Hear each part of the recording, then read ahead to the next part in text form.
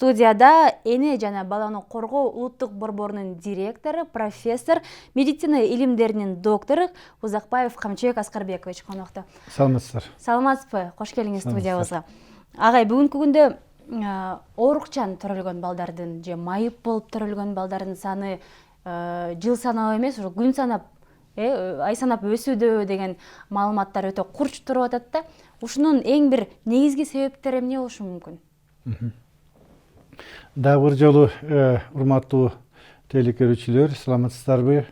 Чынында бүгүнкү күндө ушу мүмкүнчүлүгү чектелген балдар, майып төрөлгөн балдар, кээ бир баягы катуу оорулар менен, инфекция менен төрөлгөн балдардын саны сиз белгилеп кеткендей абдан өсүп атат да. Эми мен бир кичинекей статистиканы билдирип кетким келет. Мындан бир 10 жылдын тегерегинде эгерде биз ушу баягы жаш ымыркайлардын өлүмүнүн себептерин иликтегенде ушул оорулардын, биз айтып аткан оорулардын оорду 4-5 орунда эле да. Азыркы учурда мына былтыркы 2018 жылдын жыйынтыгын чыгарганда тубас оорулардан баягы мерт болгон ымыркайлардын саны 2-нчи орунга чыкты да. Бул деген абдан чоң көргөзгүч да. Ошол убакта бүгүнкү күндө биздин баягы мүмкүнчүлүктөрүбүз абдан кенен. Ар бир жерде баягы райондук больницадан баштап жергиликтүү кичинекей больницаларда чейин УЗИ аппараттар бар. Ошол жанагы тубаса кемтиктерди баягы кош бойлуу болгондун эрте мезгилинде эле 8-12 жумалыгында эле аларды тактаса болот да. Аныктаса болот. Аныктаса болот. Анын кандай баягы кемтиктер болору, баланын баягы келечекте аны медициналык жол менен операция кылып айыктырса болобу же болбосо баягы ал ошо майып болуп төрөлүп же медицинанын бүгүнкү күндө мүмкүнчүлүктөрү аны айыктырууга жетишпейби деген суроолорго мүмкүнчүлүк алабыз да. Камчыбек Аскарбекович, генетикалык жолдор менен да тактап берсек болот да. Демек, бойго бүткөн мезгилден баштап эле алдын ала болуп турбайбы ошол оорукчан болобу, майып болобу? Демек, бул жерде биздин эжекелерибиздин, келиндердин кайдыгер мамилеси болуп атат. Эң туура айтасыз да. Эң туура айтасыз. Эгерде биз мына бүгүн бул маселени бүт коомчулук деңгээлде баягы билим берүү системасы, сиздер баардыгыбыз, медицина кызматкерлери баардыгыбыз чогуу көтөрбөсөк, бул проблема мамлекетибиздин келечегине абдан катуу залакасын тийгизип коюшу мүмкүн да. Балдардын ден соолугу бул элибиздин келечеги деп бекерден айтылбайт да. Ошон үчүн бүгүнкү күндө мына азыр мына жанагы министерство коргоо министрлигинде 28 миңден ашык бала бүгүнкү күндө баягы ушу мүмкүнчүлүгү чектелген балдардын каттоосунда турат да. Жылдан жылга ушул көрсөткүч 1,5-2 миңдей кошулуп атат да.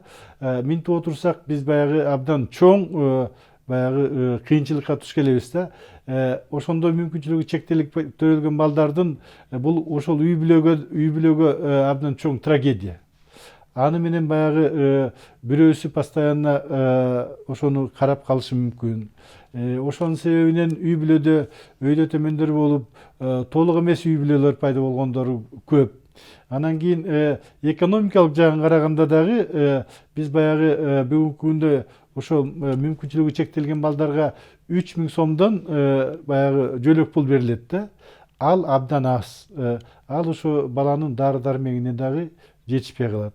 Бүгүнкү күндө ошо эне атасына дагы ошону баланы карап отурган эне атага дагы 4,5 миңден анын баягы немесине даражасына карата өкмөтүбүз дагы жөлөк пул берип атат эне аталаргачы. Бул сумманы эгерде жанагы 28 миңге көбөйтсөк, миллиард деген акчалар кетип атат да.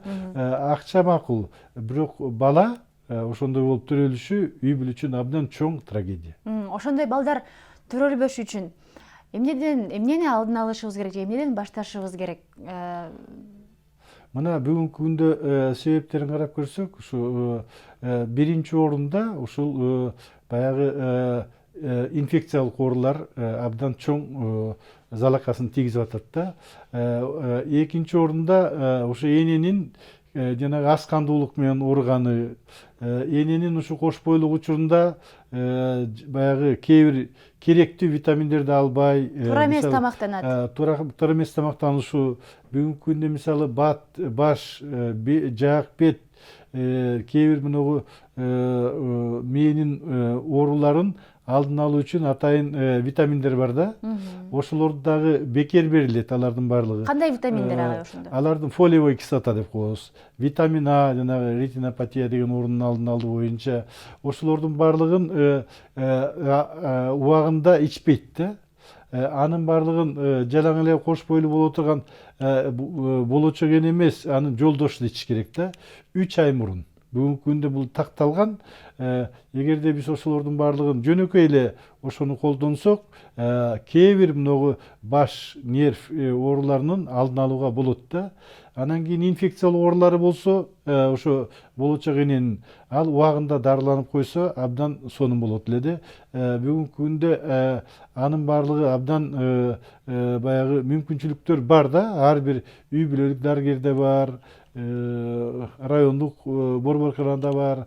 Бирок ошого кайдыгерлик менен карап, убагында дарыланбай, ошо жанагындай кооптуу балдардын оорусуна туш келип атабыз да. Ооруканага барышпайт демек, балдар кандай оорулар менен төрөлүп жатат ошондо? Көпчүлүк саны. Бүгүнкү күндө ушу жанагы ушу мүмкүнчүлүгү чектелген балдардын төрөлгөндүгүн карап көрсөк, могу жүрөктүн тубасы кемтиктери, анан кийин экинчи могу нерв ооруларынын ар кандай түрлөрү, үчүнчүдө могу сөөк, булчуң тубасы оорулары, төртүнчү могу ашказан, ичеги карын тубасы оорулары бүгүнкү күндө абдан көп кездешип атат да.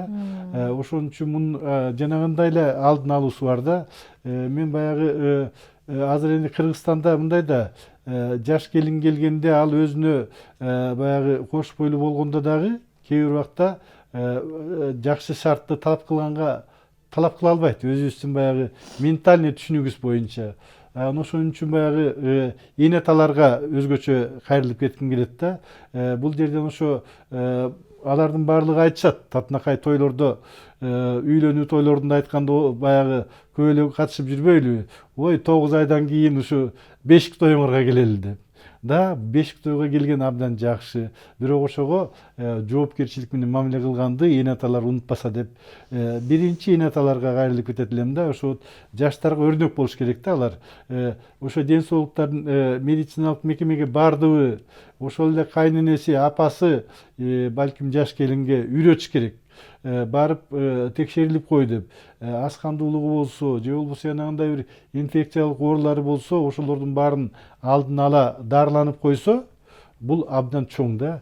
Бүгүнкү күндө мынагу саламаттык сактоо системасындагы кызматкерлерден илим далилденген 10% ушул 10% ушу ооруларды баягы алдын алууга жардам берүүгө мүмкүнчүлүктөр бар. Жалпы биринчи кезекте жанагы сиз башында айткандай, ошо болочок энелердин жоопкерчилиги биринчи орунда болуш керек. Бүгүнкү күндө ушул эжекелерибиз, келиндер операция жолу менен төрөөнү каалагандардын саны көп экен да. Анан ошол канчалык деңгээлде туура операция жолу менен төрөө? Анан баягы өзү төрөгөн учурда канчалык деңгээлде пайдалуу болушу мүмкүн? Эми туура айтасыз. Бүгүнкү күндө мына жалпы дагы бир статистиканы айтып кетсек, мындан 10 жыл мурун эле биз баягы жанагы операция кесарево деп коебузбу, ошол менен төрөгөндөрдүн пайызы бүт республика боюнча 14-төн 18%га чейин болчу да.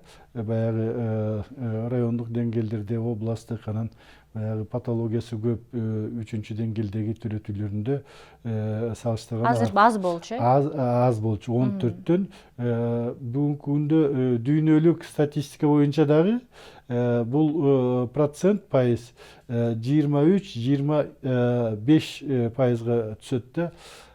Кыргызстанда бул деңгел жылдан жылга өсүп атат да.